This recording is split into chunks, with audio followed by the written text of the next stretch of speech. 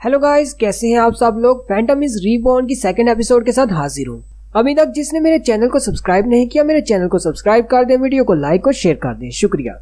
First episode के and पे हमने देखा था सुई की दोस्त साशा, जो कि एक अमीर घर से है, उसे एक किडनैपर गैंग वाले उठाकर ले जाते हैं। गोचैंग और सुई उन किडनैपर्स का पीछा करते हैं और उनके अड्डे तक पहुंच जाते हैं। गोचैंग सुई से कहता है तुम यहीं पर बैठी रहना, और खुद गोचैंग आगे बढ़ जाता है। सुई कहती है आखिर ये लड़का है कौन। तो यहीं से हमारी सेकंड एपिसोड की शुरुआत होती है। फैंटम आगे बढ़ता है, यानी कि गोचैंग, और बिल्डिंग के बाहर जितने भी गुंडे खड़े होते हैं उनको मार पीट कर बेहोश कर देता है। सुई ये देखकर बहुत ज्यादा हैरान हो जाती है और कहती है आखिर ये लड़का है कौन, इतनी सी उम्र में इसके पास इतने ज्यादा स्किल्स कहाँ से आ गए, ये एक स्पेशल एजेंट की तरह क्यों लग रहा है। गोचैंग उन सबको बेहोश करके साइड पे कर देता है और फिर सामने वाली बिल्डिंग की तरफ चला जाता है। सुई उसे कहती है मेरे लिए रुको, मैं अभी आ रही हूँ। उसी वक्त बिल्डिंग के अंदर का सीन दिखाते हैं। किडनैपर्स का बॉस भी एक्स मिलिट्री ऑफिसर होता है। उन लोगों ने साशा को एक कुर्सी से बांधा होता है। वो उसकी आंखें खोलते हैं। बॉस उसे कहता है तुम डर क्यों नहीं रही। साशा उसे कहती है मुझे तुम लोगों से डरने की क्या जरूरत है, मुझे पता है कि तुम लोगों ने मुझे पैसों के लिए किडनैप किया है और मेरी फैमिली के पास बहुत ज्यादा पैसा है। जल्दी से मेरे डैड को कॉल करो और जितने पैसे तुम्हें चाहिए उनसे मांग लो। अगर तुम लोग मुझे हाथ नहीं लगाओगे तो मेरे डैड पुलिस को कॉल नहीं करेंगे। बॉस साशा से कहता है क्या तुम इस बात की गारंटी देती हो कि तुम्हारा बाप हमें पैसे दे देगा। साशा उसे कहती है मेरे डैड मेरी बहुत ज्यादा परवाह करते हैं, वो हमेशा मेरी सेफ्टी को सामने रखते हैं। अगर ऐसा कोई सिचुएशन होती है तो वो हमेशा पैसे दे देते हैं। तुम्हें बस मेरे रूल्स को फॉलो करना है। अगर मुझे कोई नुकसान नहीं पहुंचता और मैं आराम से घर पहुंच जाती हूँ तो तुम्हें तुम्हारे पैसे मिल जाएंगे। लेकिन अगर तुम लोग मुझे कुछ नुकसान पहुंचाते हो तो तुम सब लोगों को कोई भी नहीं बचा सकता। बॉस साशा से कहता है तो तुम्हें ये सारी बातें तुम्हारे डैड ने सिखाई हैं। साशा उसे कहती है मुझे ये सब कुछ बिजनेस की तरह लग रहा है, तुम्हें पैसे चाहिए और मुझे अपनी सेफ्टी चाहिए, इसीलिए मेरे लिए ये सारी बातें करना बहुत ज्यादा आसान है। वो साशा की बात मान जाता है और उसे कहता है चलो हमारी डील पक्की हुई। लेकिन उसी वक्त बाहर से दरवाजा टूटता है जिसकी वजह से अंदर धुआं धुआं हो जाता है। उनका बॉस जल्दी से स्टैंस लेते हुए धुएं में आगे की तरफ जाता है और गोचैंग को पंच मारता है। गोचैंग जल्दी से अपने हाथों को उसके सामने करते हुए उसके पंच को ब्लॉक करता है। फिर वो दोनों फाइट करना शुरू कर देते हैं। साशा भी ये देखकर कहती है मुझे नहीं पता था कि जुआन को मार्शल आर्ट्स भी आती है। साशा के पास जो दो गुंडे खड़े होते हैं उसी वक्त सुई पीछे से आती है और उनके सर में मारकर उनको बेहोश कर देती है। सुई उससे पूछती है क्या तुम ठीक हो। फिर सुई जल्दी से उसे चेयर से आजाद कर देती है। साशा उसे पूछती है तुम लोग यहाँ पर कैसे आए। सुई उसे कहती है कि इस बारे में बाद में बात करेंगे, चलो पहले यहाँ से निकलते हैं। उसी वक्त गोचैंग आकर उनके पास गिरता है। बॉस उनसे कहता है तुम लोग यहाँ से कहाँ जा रही हो, तुम लोगों को पहले मेरी परमिशन लेना होगी यहाँ से जाने के लिए। बॉस काफी ज्यादा खुश हो जाता है और कहता है तुम लोग तो बच्चे हो, मुझे नहीं लगा था कि कोई बच्चे इस रेस्क्यू मिशन पर आएंगे। गोचैंग सुई से कहता है साशा को यहाँ से लेकर चली जाओ और जल्दी से उस पर अटैक करता है। फिर वो दोनों आपस में फाइट करना शुरू कर देती हैं। बॉस गोचैंग के सारे अटैक्स को ब्लॉक कर रहा होता है। किडनैपर्स का बॉस गोचैंग के मार्शल आर्ट्स को देखकर कहता है हालांकि इसकी पावर बहुत ज्यादा कम है, इसके पंचेस के पीछे बिल्कुल भी पावर नहीं, लेकिन इसके मूव्स बिल्कुल उस शख्स की तरह है जिसके साथ मैंने पहले फाइट की थी। बॉस गोचैंग से कहता है आखिर तुम हो कौन। गोचैंग उससे कहता है मैं तो सिर्फ एक हाई स्कूल स्टूडेंट हूँ। किडनैपर्स का बॉस सोचता है इसके मूवमेंट्स और इसकी मार्शल आर्ट्स बिल्कुल फैंटम जैसी है। फैंटम के साथ मेरी फाइट हुई थी जिसमें मैं जख्मी हो गया था, जिसकी वजह से मुझे आर्मी से निकाल दिया गया। फैंटम की वजह से मैंने ये काम शुरू कर दिया। अब मैं किडनैपिंग करके पैसे कमाता हूँ। अब क्योंकि तुम यहाँ पर नहीं हो, इस बच्चे की मार्शल आर्ट्स बिल्कुल तुम्हारे जैसी है, मैं अपना सारा गुस्सा इस पर उतारूंगा। बॉस आगे की तरफ बढ़ता है और गोचैंग को पंच मारते हुए कहता है बच्चे मुझे माफ कर देना, मैं अपना सारा गुस्सा तुम पर उतारने वाला हूँ। ये सारी उस शख्स की गलती है जिसके मूव्स तुम्हारे मूव्स जैसे हैं। फिर उन दोनों में काफी सारी फाइट होती है।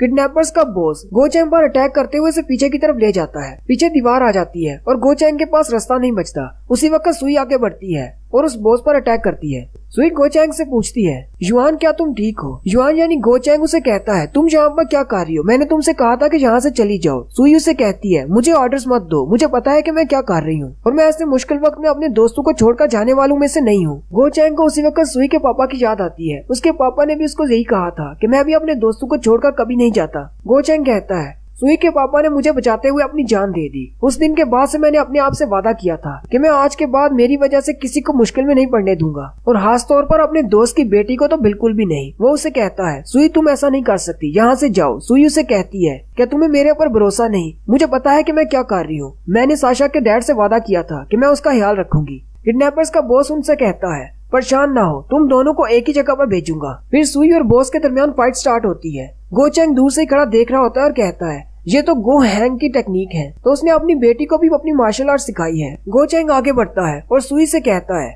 मेरी सिंग जी टेक्निक को फॉलो करो। सुई ये बात सुनकर पहले तो हैरान हो जाती है और कहती है ये मार्शल आर्ट्स की टेक्निक तो हमारी फैमिली की है, इसे इसका नाम कैसे पता है। फिर वो दोनों एक साथ किडनैपर्स के बॉस पर अटैक करते हैं।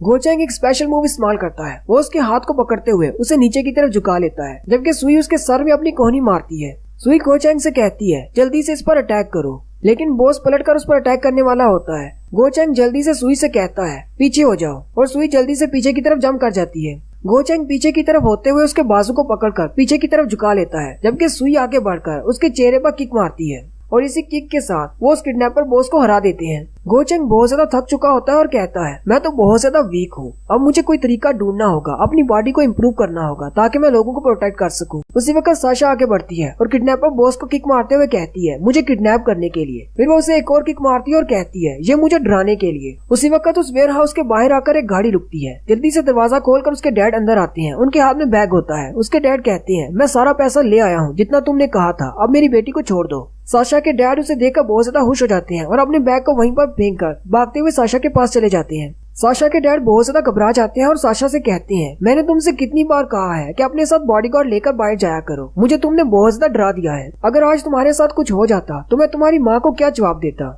साशा युआन की तारीफ करते हुए अपने डैड से कहती है मेरे साथ कोई है जिसने मेरी मदद की, ये मेरा क्लासमेट है, इसका नाम युआन है। डैड ने अपने पास एक माइक छिपा रखा होता है। वो जल्दी से अपनी सिक्योरिटी टीम को कहते हैं जल्दी से अंदर आ जाओ, और उनके सारे सिक्योरिटी गार्ड्स अंदर आ जाते हैं और उन सारे किडनैपर्स को पकड़ लेते हैं। साशा के डैड अपना सर झुकाते हुए गो चैंग और सुई का शुक्रिया अदा करते हैं। सुई उनसे कहती है आपको ऐसा करने की जरूरत नहीं, मैंने कुछ भी नहीं किया, वो तो मेरी दोस्त है, मुझे तो ऐसा करना ही था। अगर आपको शुक्रिया अदा करना है तो आपको युआन का करना चाहिए। साशा के डैड आगे बढ़ते हैं और गो चैंग से हाथ मिलाते हुए उसे कहते हैं तुम बहुत ही अच्छे बच्चे हो।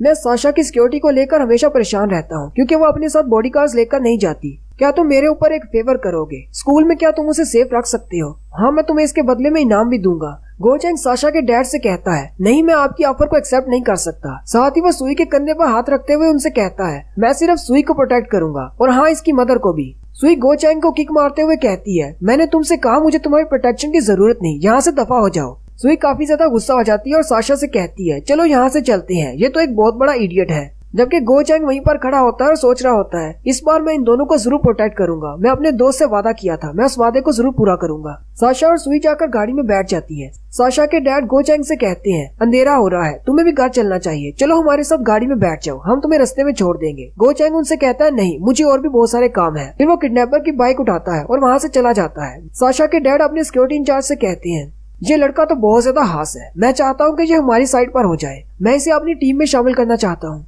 नेक्स्ट सीन युआन के घर का होता है। उसकी आंटी आती है और कहती है 6 बज चुके हैं, अभी तक ये लड़का उठा क्यों नहीं।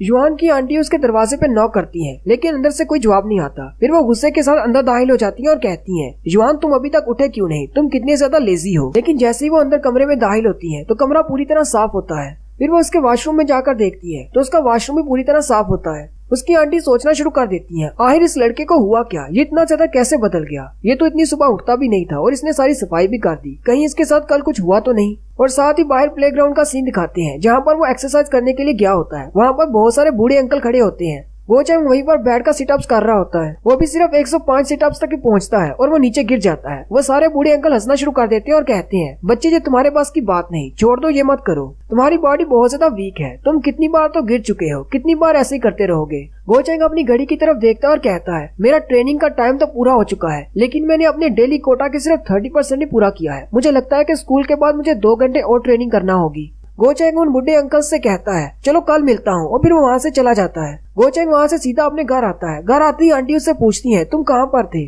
गो चैंग आंटी से कहता है मैं तो बाहर एक्सरसाइज कर रहा था। फिर वो जाकर सीधा खाने की टेबल पर बैठ जाता है। आंटी उसे कहती है अब तुम किसका इंतजार कर रहे हो, अपना खाना शुरू करो। गो चैंग आंटी से कहता है मुझे आपकी कमांड का इंतजार है, आप मुझे ऑर्डर दें, मैं खाना शुरू करता हूँ। ये बात सुनकर आंटी हैरान हो जाती है और उससे कहती है अच्छा ठीक है, खाना शुरू करो। गो चैंग जल्दी से खाना शुरू कर देता है और 3 मिनट के अंदर अपना ब्रेकफास्ट खत्म कर देता है और फिर वो अपना बैग उठाकर स्कूल की तरफ निकल पड़ता है। आंटी जी देखकर बहुत ज्यादा हैरान हो जाती है और कहती है आखिर इसके साथ हुआ क्या है। जबकि उनके स्कूल के दरवाजे पर सुई खड़ी होती है जो कि इसका इंतजार कर रही होती है कि कब ये आए। उसके पास से गुजरते हुए बच्चे उसे देख रहे होते हैं और कहते हैं आज सुई तो काफी ज्यादा गुस्से में है, हमारी भलाई इसी में है कि हम लोग यहाँ से चुप करके गुजर जाएं। लेकिन आज इसके साथ साशा क्यों नहीं है, वो तो हमेशा इसके साथ होती है। दूसरा लड़का उसे कहता है मुझे लगता है कि वो कुछ दिन की छुट्टी पर है। सुई को सामने से गो चैंग आता हुआ नजर आता है। वो उसका रास्ता रोक लेती है और उसे अंदर नहीं जाने देती और उसको धकेलते हुए पीछे दीवार के साथ लगा लेती है और बाकी सारे बच्चों से कहती है, तुम लोग यहाँ पर क्या तमाशा देख रहे हो, जाओ अपनी क्लास में। सुई युआन से पूछती है, मुझे जल्दी से बताओ तुमने मेरी फैमिली का कुंफू कहाँ से सीखा। गो चैंग उसे कहता है, तुम्हारे डैड ने मुझे सिखाया। सुई उससे पूछती है, तुम मेरे डैड को कैसे जानते हो। गो चैंग उसे जवाब देता है, वो आर्मी में मेरा ट्रेनर और मेरा दोस्त था। ट्रेनिंग के दौरान उसने मुझे बहुत सारी चीजें सिखाई। गो चैंग की ये बात सुनते ही सुई बहुत ज्यादा हंसना शुरू कर देती है और गो चैंग से कहती है, तुम्हारी स्टोरी तो बहुत ज्यादा इंटरेस्टिंग है, लेकिन तुम्हें नहीं लगता कि ये कुछ ज्यादा ही झूठी है। गो चैंग उसे कहता है, नहीं, मैं बिल्कुल सच कह रहा हूँ। सुई हंसते हुए उससे कहती है, मेरे डैड इस वक्त आर्मी में है और तुम एक हाई स्कूल स्टूडेंट हो। क्या तुम्हें लगता है कि तुम मेरे डैड के दोस्त हो? मुझे लगता है कि शायद तुम अभी भी नींद में हो, या फिर तुम ऐसा चाहते हो कि मैं तुम्हें अपना अंकल कहूँ। गो चैंग उसे कहता है, हाँ ऐसी ही बात है, लेकिन साथ ही वो खामोश हो जाता है क्योंकि उसे समझ आ जाती है कि वो एक हाई स्कूल स्टूडेंट है और वो अभी तक उसके डैड से नहीं मिला। सुई उसे कहती है, मुझे तो लगा था शायद मैं तुमसे अपने डैड के बारे में कोई न्यूज हासिल कर सकूंगी। गो चैंग उसे कहता है, क्या तुम्हारे डैड अभी तक वापस नहीं आए। सुई उसे बीच में टोक देती है और उसे कहती है, मुझे तुम्हारी बकवास बातें सुनने में कोई दिलचस्पी नहीं। तुमने मेरी दोस्त साशा की जान बचाई है। अगर स्कूल में तुम्हें किसी भी चीज की जरूरत हो तो मुझे कहना, मैं तुम्हारी मदद जरूर करूंगी। और साथ ही वो उसे गुड बाय बोलकर अपनी क्लास की तरफ चली जाती है। और यहीं पर हमारी एपिसोड 2 का एंड होता है। एक्सप्लेनेशन अच्छी लगी हो तो कमेंट करके जरूर बताएं। चैनल को सब्सक्राइब कर दें, वीडियो को लाइक और शेयर कर दें। शुक्रिया।